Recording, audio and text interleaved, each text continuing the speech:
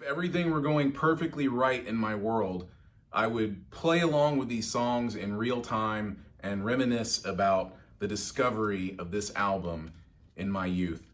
But first, let me start by saying Terry Chambers, Dave Gregory, Colin Moulding, and Andy Partridge, XTC, I want to congratulate you on 45 years of Black Sea. This is an amazing album. I think it's your masterpiece.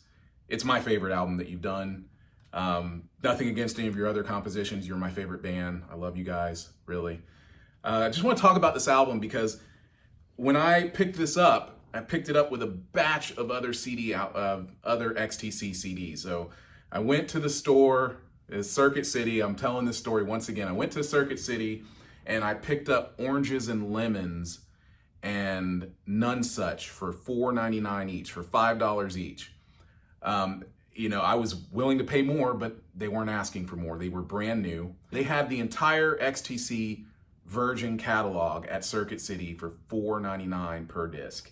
I think that Skylarking may have been a little bit more, but I can't remember right now. Either way, I picked this one up for $5 along with all these other XTC albums that I have behind me. No, the box sets, I paid full price for the box sets that I have, like the Transistor Blast and the Coat of Many Cupboards.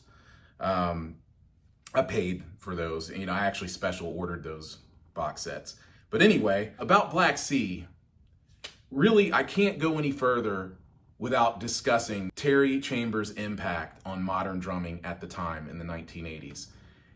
What he did with the drums, his bold approach to the drums, and his confidence to use unorthodox beats. And what I mean by that, by him using disco beats, AKA four on the floor beats in rock music or experimental or new wave music, it was unheard of at the time. And his influence spread onto bands that are still emerging to this day. Bands like Death, Prong, Modest Mouse, Yeah Yeah Yeahs, Arctic Monkeys. You can hear INXS is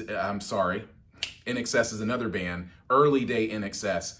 The drummer for INXS was a huge fan of XTC.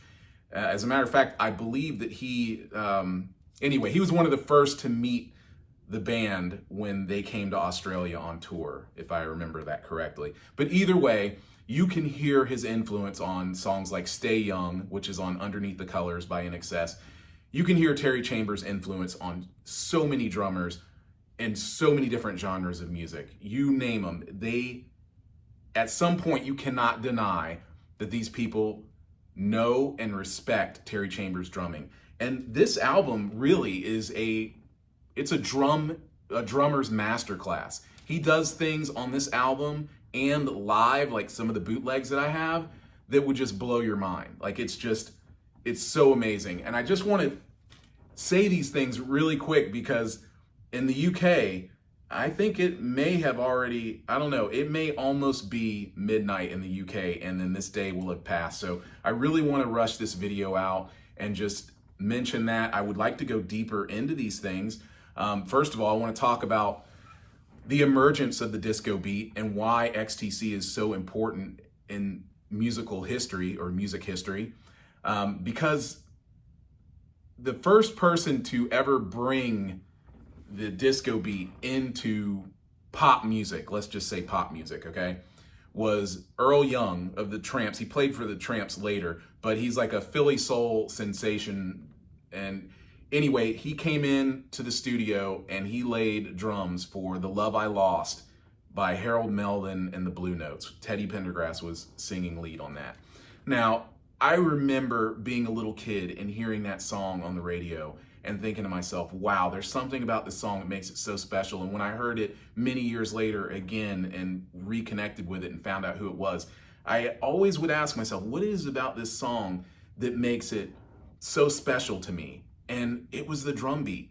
There's something about that beat, and that very same beat would end up going on to bands like, yes, we got to give credit to the Rolling Stones for bringing the disco beats like Emotional Rescue and Miss You.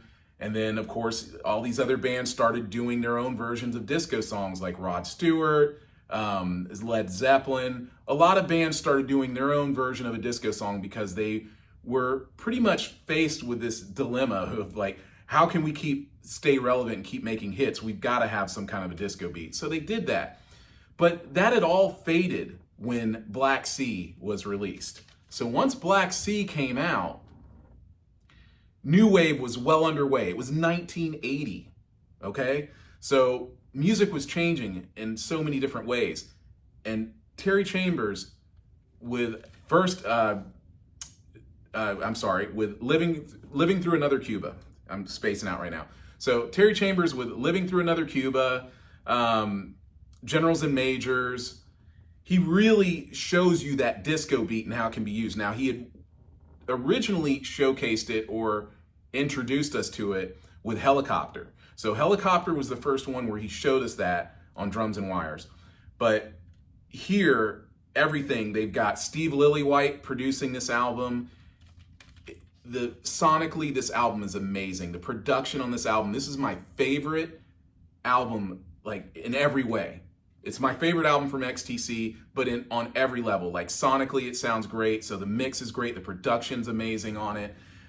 Yes, they would go on to do more albums that were produced very well. Oranges and Lemons is produced great, very well, and so is None Such. But either way, this album to me, if I had to pick only one album out of XTC's catalog, they say you can only have one album out of their catalog that you can listen to. It's desert island stuff. It's gonna be Black Sea. And the lyrical content. My favorite song on this album is probably No Language in Our Lungs, and it's mainly because of the lyrics. They're powerful to me. And I have this live bootleg where Andy's doing No Language in Our Lungs, and he beats on his chest, so he's like, no! And it's just so powerful, and I just wish I could have been there to see that live. But either way, just those lyrics, like I thought I had the whole world in my mouth. I thought I could say what I wanted to say. For a second, that thought became a sword in my hand. I could slay any problem that would stand in my way. I felt just like a crusader, lion heart, a holy land invader. Just like all that stuff was really, it grabbed me so hard when I was listening through all these CDs. Imagine you know about this band, you hear about them from time to time, but then all of a sudden, you're in a situation where you are able to obtain all of their music. And I know this happens all the time today. You guys have Spotify and stuff like that, but I don't have Spotify.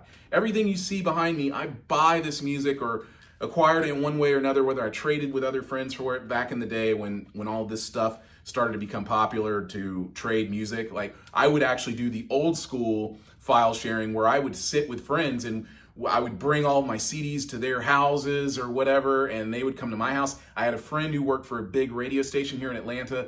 I was over there doing an interview with the band that I was in at the time, and I said, hey, you know what? You've got a lot of really cool stuff on the wall, and I see a lot of Chicago albums that I'm missing. Do you mind if I stick those into my PowerBook G4 for a minute and pull these albums? He's like, sure, knock yourself out, and that's what I did. So anyway, to stick with XTC, this is a big milestone day, 45 years. And in the 45 years since this album has been released, it has gone on to influence countless bands. There's probably so many bands that I'm forgetting to mention right now, but I hear so much music, and all the time I hear, like my daughter came to me and she's talking about Arctic Monkeys, and she's like, listen to this, these guys are awesome. And I'm like, oh my God, these guys are the biggest XTC fans. They are Black Sea fans. So I played Black Sea for her.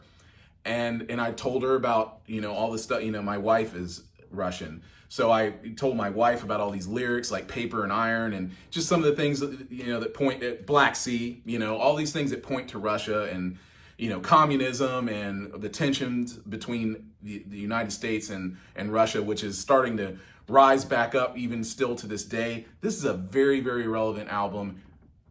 XTC, I want to thank you once again for releasing it. I would love to play along with these songs at a later date, but right now I want to put this video out, and I'm going to come back and I'm going to find a way to play along with this stuff without getting flagged by record labels or any of these publishing companies, because I really think it would be so much easier if I could show you these guys' music, like play their music for you in these videos and not have to like deal with possibly having the channel taken down because of that. We don't want that, because we are here to celebrate music together. Yes, the bass is a main piece in what we do, but I still like, oh yeah, I was gonna play something for you, but anyway, yeah, that's it. Just want to congratulate XTC on the release of this album 45 years ago on this date, and that's it. I gotta edit and post. See ya.